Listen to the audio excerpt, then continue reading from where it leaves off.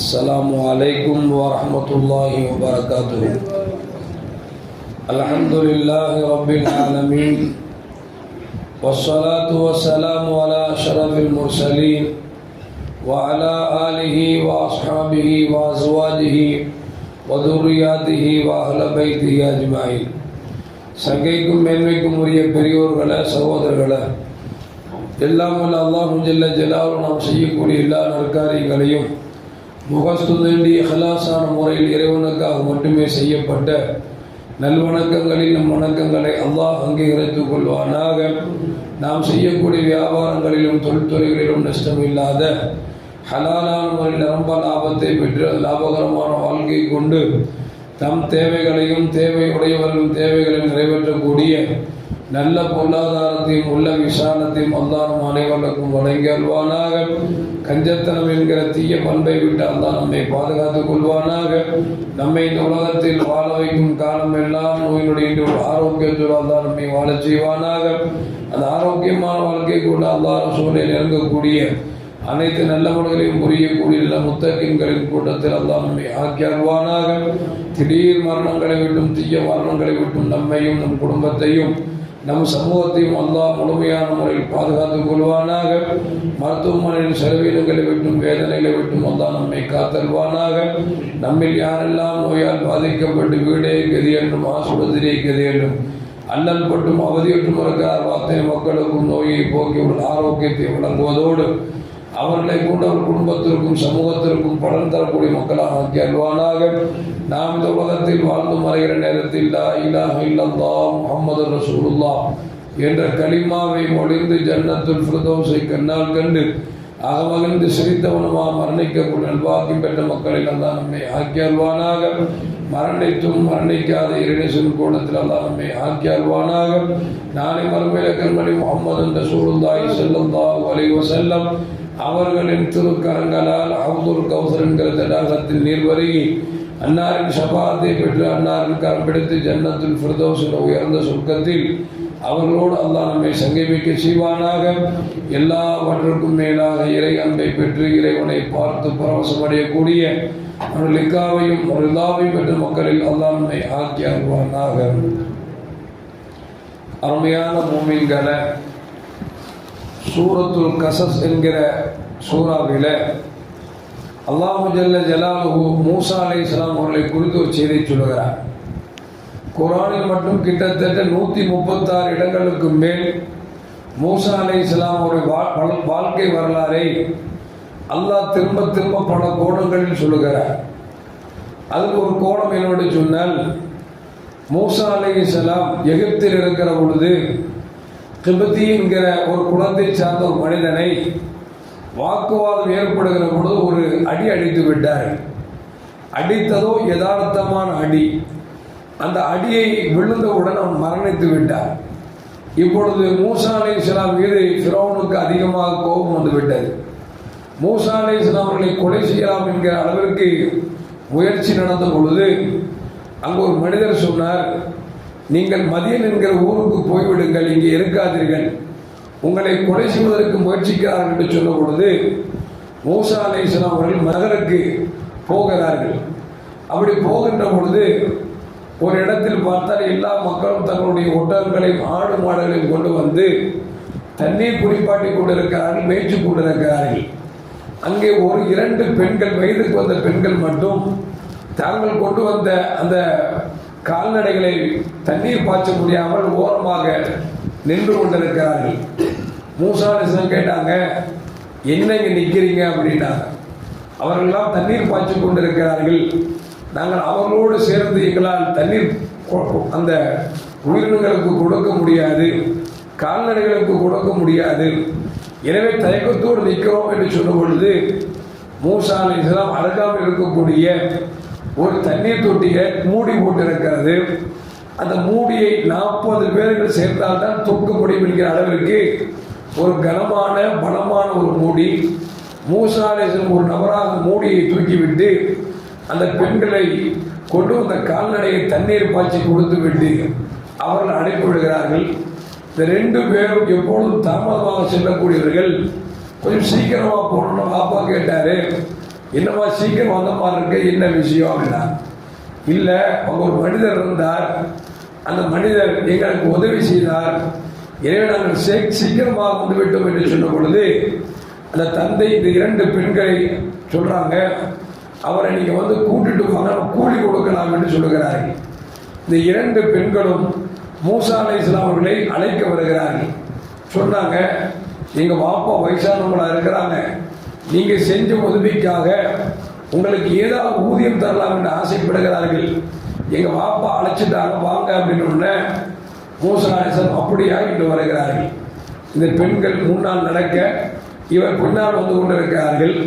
ஒரு கட்டத்தில் காத்தடித்தவுடன் அந்த பெண்களுடைய ஆடை கொஞ்சம் அகன்று கால் கண்ணுக்கு தெரிகிறது. மூசா அலைஹிஸ்ஸலாம் பார்த்து விட்டார்கள். பார்த்துட்டு சொன்னாங்க, ஏம்மா அங்க வா, நீ முன்னால போகாத, நான் முன்னால போறேன், நீ பின்னால வா. ஏன் பின்னால வந்தா என்ன பிறந்தாலும் ஒன்றும் தெரியாது இல்லை, அதான் நீ பின்னால வா அப்படின்ட்டாங்க. சொன்னாங்க, எப்படி போகுது அப்படிங்கிறத, வலது பக்கம் போவதா இருந்தா ஒரு கண்ணை தூக்கி வலது பக்கமா வீசி நான் வலது பக்கம் திரும்பிக்குவேன், இடது பக்கம் போகணும்னா இடது பக்கமா வீசி நான் இடது பக்கம் போய்க்குவேன் அப்படின்னு சொல்லி மூசா அலைஹிஸ்ஸலாம் முன்னால் நடக்க அந்த பெண்கள் பின்னால் வருகிறார்கள். வீடு வந்து சேர்ந்து விட்டார்கள்.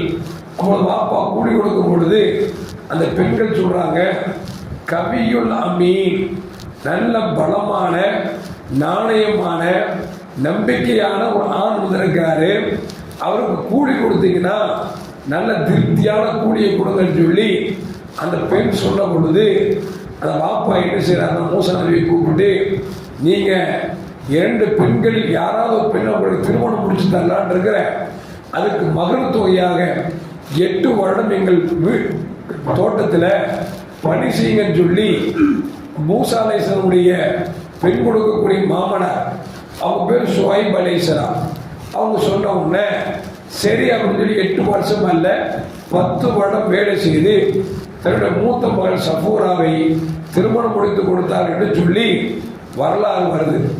எதுக்கு சொல்ல வர்றேன் அப்படின்னா, இங்க மூசா அலைஹிஸ்ஸலாம் போறாங்க, பெண்மணிகள் முன்னால போன உடனே கொஞ்சம் கால் பகுதி தெரிஞ்சுட்டு, ஆகா இது ஈமானுக்கு ஆபத்து அல்லவா என்று சொல்லி நான் முன்னால் நடக்க நீங்க பின்னால வாங்கன்னு சொல்றாங்க.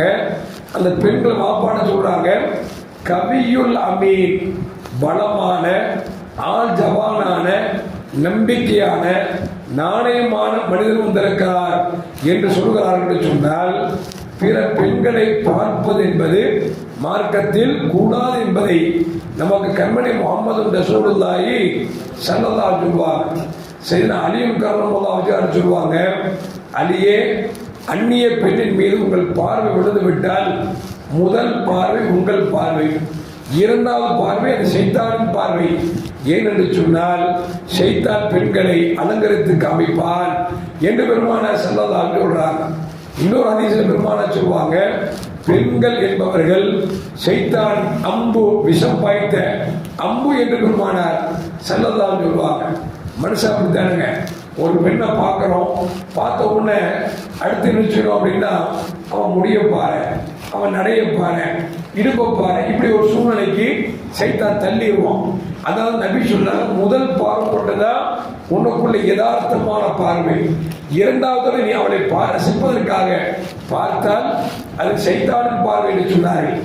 இன்னொரு ஹதீஸில் நபிகள் நாயகம் ஸல்லல்லாஹு அலைஹி சொல்லுவாங்க, அந்நிய பெண்ணை முதல் பார்வைக்கு அடுத்த பார்வை பார்த்தால் கண்ணால் விபச்சாரம் செய்கிறாய், அந்நிய பெண்ணிடத்தில் பேசி நீ இன்பம் கண்டால் நீ வாயால் விபச்சாரம் செய்கிறாய், நீ கையால் அவளை தொட்டால் கையால் விபச்சாரம் செய்கிறாய் என்று பெருமானார் ஸல்லல்லாஹு அலைஹி ஒவ்வொரு உறுப்புகளை குறித்து இன்ன உறுப்பால் அந்த பெண்ணை ரசித்தால் உன்னை விபச்சாரம் செய்த குற்றம் என்று கண்மணி நாயகம் ஸல்லல்லாஹு அலைஹி சொல்லுகிறார்கள் என்று சொன்னால், அந்நிய பெண்ணை பார்ப்பதோ அல்லது தொடுவதோ அவரிடத்தில் பேசுவதோ அது மார்க்கத்தில் ஆகமானது அல்ல.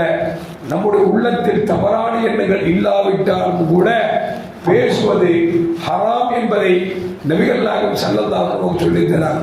அன்னைக்கு இன்னைக்கு பார்க்குறோம், சர்வ சாதாரணமாக வேலைக்கு போகிற பிள்ளைகளை பார்த்தீங்கன்னா மேனேஜர் இருப்பார், அது இவருக்கு மேலே வேலைக்கார இருப்பான். போன உடனே ஹாய் அப்படின்னு உடனே அவர் ஹவாரியோ அப்படின்பார். உடனே கையை நீட்டுவார், கையை பிடிச்சி கொடுக்குவார்.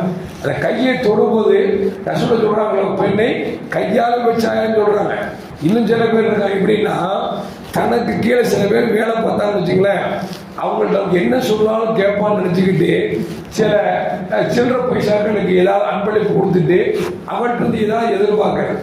ஆம்பளை பொம்பளை என்ன எதிர்பார்ப்பான்? ஒன்று பேசுங்க எதிர்பார்ப்பான், இல்லை தொடர்ந்து எதிர்பார்ப்பான், கட்டி பிடிக்க எதிர்பார்ப்பான்னு தவிர வேற என்ன எதிர்பார்க்க போறான்? அப்புறம் நமக்கு கீழே வேலை செய்யறாங்க நினைச்சுக்கிட்டு அந்த பெண்களை பலகீனமாக நினைத்துக் கொண்டு அவர்களிடத்தில் சில அன்பளிப்புகளை கொடுத்து தவறான எண்ணத்தை நாம் எதிர்பார்த்து சொன்னால் அதுவும் விபச்சாரம் என்று பெருமானார் ஸல்லல்லாஹு அலைஹி சொல்றார். அந்த அடிப்படையில் பார்க்கிற பொழுது இன்றைக்கு வேலைக்கு போற இடங்களில் தனக்கு மேலே இருக்கக்கூடிய அதிகாரியாக இருக்கலாம், பொறுப்புதாரிகளாக இருக்கலாம், அவர்கள் அந்த பெண்களிடத்தில் கையை கொடுத்து இன்பம் காண்பது என்பது ஆக மோசமான குணம். ஏன்னா இன்னும் சொல்ல போனா, இந்த கொச்சையா பேச போனா நாய்க்கு இருக்கிற குணத்தை விட மோசமான குணம்.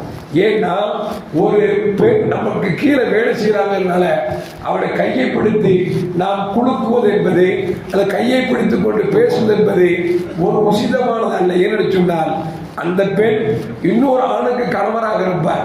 அவள் கையை நீ பிடிக்கிற பொழுது நீ கையை பிடிக்கிறாய் என்று தெரிந்ததுன்னு சொன்னால் அந்த பெண்ணுக்கும் அவனை கட்டிய கணவனுக்கும் கணவரும் வரக்கூடிய வாய்ப்புகள் இருக்கிறது, பிரச்சனை வரக்கூடிய வாய்ப்பு இருக்கிறது. எனவே முடிந்த வரைக்கும் பெண்கள் விஷயத்தில் எட்ட நிற்க வேண்டுமே தவிர நாம் எட்டி கையை கொடுக்கக்கூடிய அளவிற்கு சூழ்நிலைக்கு தள்ளப்படக்கூடாது என்பதை இந்த நிகழ்வு நமக்கு சொல்லி காட்டுகிறது. எனவே பெருமானார் ஸல்லல்லாஹு அலைஹி சொல்லுவாங்க, இந்த நஃப்ஸ் இருக்குத இது மோசமான நஃப்ஸ். நமக்கு மனைவியே இருந்தாலும் இன்னொரு பெண்ணை அடைய வேண்டும் என்கிற சிந்தனைக்கு தள்ளப்படும். சொல்லுவாங்கல்ல, கிளி போல பொண்டாட்டி இருந்தாலும் குரங்கு போல வப்பாட்டி வேணும் அப்படின்னு சொல்லுவாங்க பார்த்தீங்களா? அந்த மனசு தான் நமக்கு அல்லாஹ் கொடுத்திருக்கிறான். இந்த மனசை நாம் தஸ்கீத் செய்ய வேண்டும், பரிசுத்தப்படுத்த வேண்டும். அந்நிய பெண்ணா அவளை பார்க்க கூடாது, அந்நிய பெண்ணா தேவையில்லாமல் பேசக்கூடாது, அந்நிய பெண்ணா அவளை தொடக்கூடாது என்கிற எண்ணம் வந்தால்தான் அல்லாஹ் நம்மை விபச்சாரத்தை விட்டு பாதுகாப்பு தவிர கிடைத்த வரைக்கும் நாம் சந்துபடலாம் சிந்தனை நினைத்தோம் என்று சொன்னால் அது ஆபத்தில் போய்விட முடியும் என்பதை மனதில் வைத்துக் கொள்ள வேண்டும்.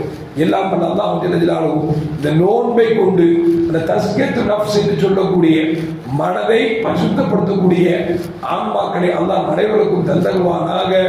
அஸ்ஸலாமு அலைக்கும் வரஹ்மத்துல்லாஹி வபரகாத்துஹு.